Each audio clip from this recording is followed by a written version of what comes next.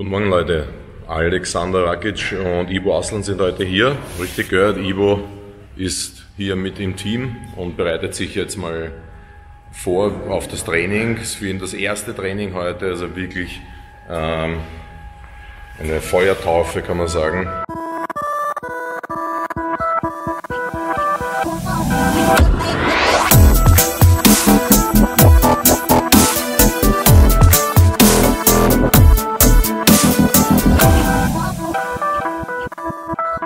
Er wird jetzt erst einmal alle unsere Warm-Up-Programme kennenlernen, die für Alex schon Standard sind. Wir haben ja ein paar Warm-Up-Programme entwickelt, die gewisse Funktionen haben und die einen gewissen Sinn ergeben und den Körper aktiv auf die kommende Belastung vorbereiten sollen. Das erste, was die Jungs machen, sind verschiedene Cat-Cow-Varianten, aber alles in einer aktivierenden Form. Das heißt, dass der Körper und das Gehirn einen Impuls bekommt und auf die nächste kommende Bewegung, die wahrscheinlich schwerer wird, das heißt zum Beispiel olympisches Gewichtheben, vorzubereiten. Kann natürlich auch sein, dass man das als Warm-up macht vor einem Sparring, auch möglich. Auch hier geht es darum, Aktivierung des ganzen Systems. Maximal auseinanderdrücken und genau die Arme dazu rotieren. Ja, genau. So lang wie möglich machen, gell? Ja, genau. Versuchen hier mit der Hand so weit wie möglich zu mir zu kommen. Schulter und Ellbogen, Handgelenk ist 2-3 cm über dem Boden. Sehr schön, wieder zurückkommen. 10 pro Seite haben wir hier. Langsames Tempo und hier auch immer in die Bewegung reinfühlen sicher. Die Cat-Cow-Übungen sind nicht nur da, um die Wirbelsäule durchzumobilisieren. Das ist zwar ein angenehmes Gefühl, aber es geht eher darum, einen Verbund muskulär herzustellen, auch zwischen Muskulatur und Gehirn, ganz wichtig, um eben eine körperliche Aktivierung zu schaffen. Coach Alex zeigt jetzt schon den nächsten Part. Wir sind hier bei den Sprunggelenks- und Knöchelaktivierungen bzw. beim Warm-up für die Füße.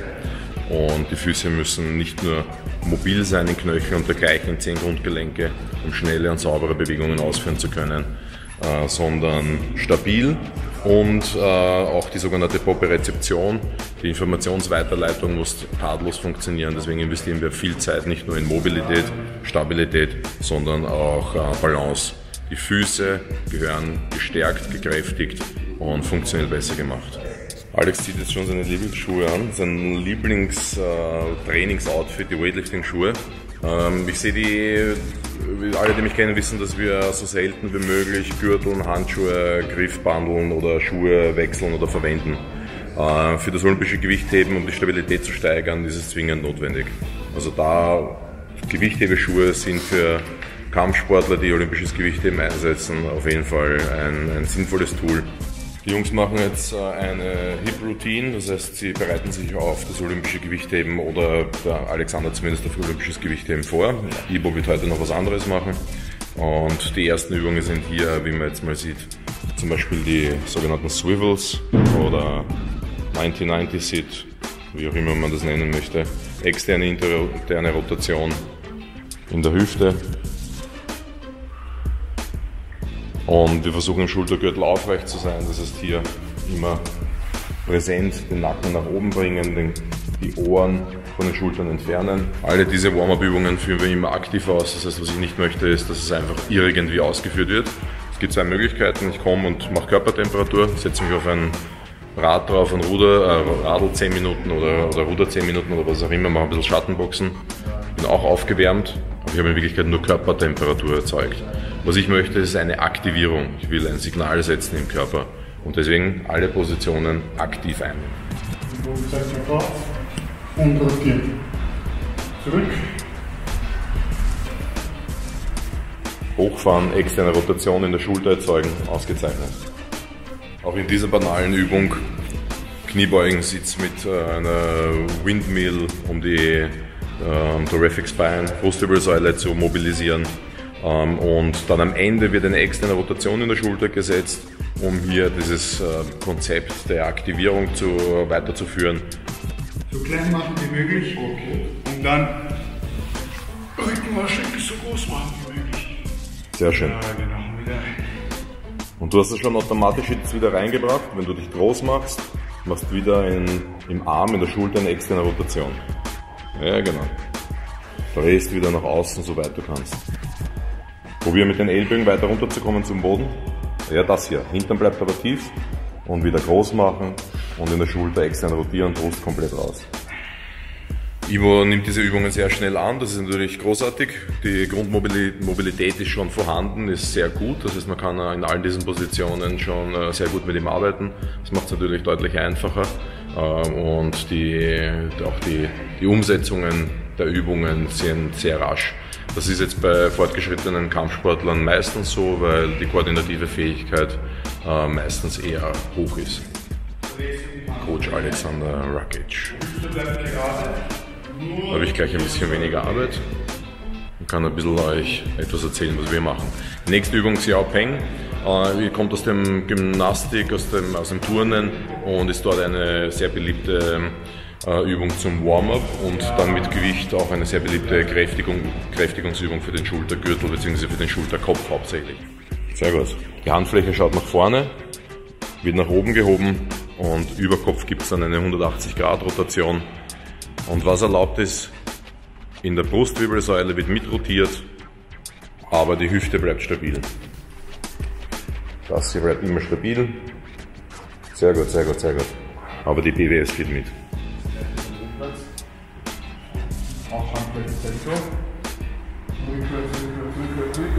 Oben drehst du.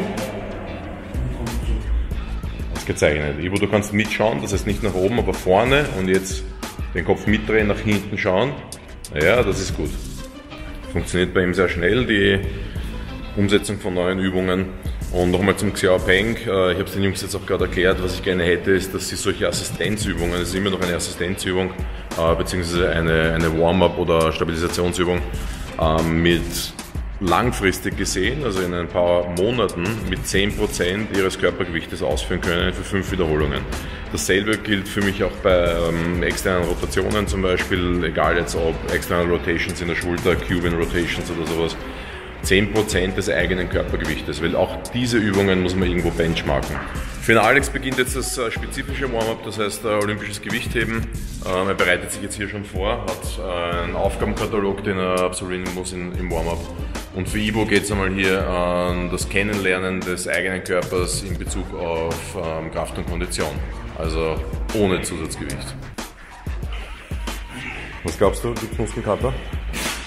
Morgen wird er nicht einmal aufs Scheißhäusl sich hinsetzen können. Oder ohne geschweige denn Schmerzen. Ivo ist jetzt schon mitten im ersten Satz von seinem Basisprogramm, das heißt, auch für ihn gilt dasselbe wie für alle Sportler, die bei mir beginnen. Zuerst eigenen Körper kennenlernen und kontrollieren können. Und dafür gibt es einfach die Kniebeuge mal zu erlernen. Auch hier wieder 15 Stück. Da ist Spannung drauf, das ist medial ist sehr gut, du spürst auch den Gluteus medius hier in der Hüfte drinnen zur Hüftstabilisation. Wir machen hier diesen versetzten Lunge isometrisch, wir halten hier die Position. Ja, stabilisieren, Knie wieder runter, das rechte Knie will wieder runter, das linke Knie will runter, noch weiter runter hier, runter, runter, runter, runter, runter. Und dann Satz 2, 5 Sätze sind zu machen. Das ist ja Genau, genau. 3 Sätze. 5 insgesamt. Ja. Er verhandelt schon. Gut. Ich möchte einfach, dass er lernt, seinen Körper zu kontrollieren. Das ist nämlich die erste Phase, die hier zu erlernen ist. Eigenen Körper kontrollieren, dann externes Gewicht kontrollieren. Das ist Alex, der jetzt gerade beim olympischen Gewichtheben ist. Der kontrolliert externes Gewicht oder Medizinball oder was auch immer.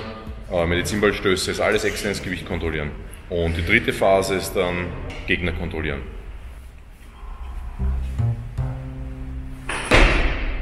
Gut. Immer zuerst Gluteus, also Gesäß aktiviert, die Position nach oben halten und mit dem Hamstring nach hinten ziehen. Ja, genau. Aber ich will hier hinein isometrisch den Vastus medialis ansprechen und hier stabilisieren. Eine grandiose Übung, um auch das Knie vorzubereiten fürs Ringen, für Shooten, für alle Übungen, die sehr ungewohnt und wo das für den Körper sind und wo das Knie sehr anfällig ist für Verletzungen. Gut. Sehr schön. Startposition war besser, du hast schön Kontakt aufgenommen in der Hüfte mit der Stange, sehr schön. Streckung war auch viel besser und die Bewegung sehr schnell. Ja, wir sind auf einem guten Weg. Wir sind vom Gewicht her relativ easy unterwegs, also im Vergleich zu dem, was der Alexander normal macht. Also mein Clean ist bei 130 Kilo jetzt sind wir gerade bei 45 Kilo Snatchen, aber es ist technische Arbeit. Zuerst die Technik und dann das Gewicht. Gut, Fersen, yes. Sehr schön. Next round, Dr. Aslan. Oben einatmen. Die Luft bleibt am besten für den 1/4 Squat drinnen. Das heißt, atme ein, lass drinnen, geh runter, halbe dazu, ja, wieder runter und jetzt ausatmen. Ja, genau, ja, genau. Aus der ersten Position, mach nochmal. Muss gar nicht zu weit rauf gehen. Nochmal, stopp und wieder runter und wieder rauf. Das ist genug. Ja. Yes, sehr schön. Schöne langsame Führung im ersten Zug unten. Das bringt dir einfach die Kontrolle. Das ist gut. Sehr körpernah gewesen. Und leichter Versatz nach hinten des Körpers. Genau dorthin wollen wir. Why most of the MMA fighters and also me dropping the handstand? Because of the wrestling. Yeah. The hands are so heavy, you don't have to be scrambling. I'm wrestling so hard. It's so hard. Can I tell you the secret? How to when your hand is down? Can I tell you the secret? Yeah. People don't know the secret. Oh! Henry Lewis ist hier, der Boxtrainer, einer der besten Boxtrainer, die es in Österreich gibt, oder weltweit wahrscheinlich. Und jetzt gibt es ein bisschen ein Philosophieren unter Profis über Boxstil in MMA. Das finde ich gut. So, in dieser Version, ja, genau, um das geht's. Jetzt geht es einmal darum, nicht die Bewegung zu machen, sondern die Position zu stabilisieren. Gluteus aktivieren, Hintern streckt die Hüfte. Und jetzt Gehirn einschalten, Position kontrollieren und dann kommt erst das Movement aus den Hamstrings dazu. Hintere Kette aktivieren, ja genau. Kontrollieren, kontrollieren, kontrollieren, kontrollieren. Ja, und jetzt schauen, dass die Bewegung noch größer wird. Ziehen, ziehen, ziehen. Ganz normal.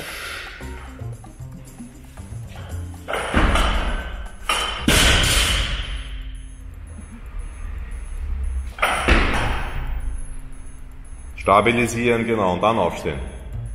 Gut. Sehr gut.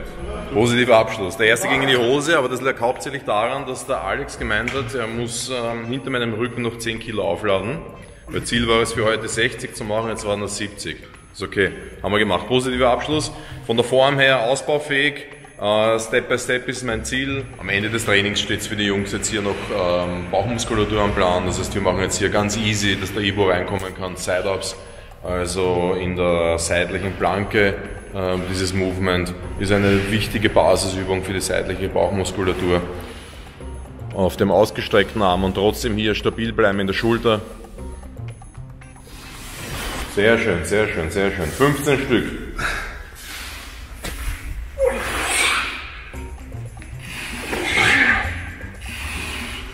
Die Jungs sind hier noch fest am Werken mit den abschließenden Side-Ups, mit den Bauchübungen.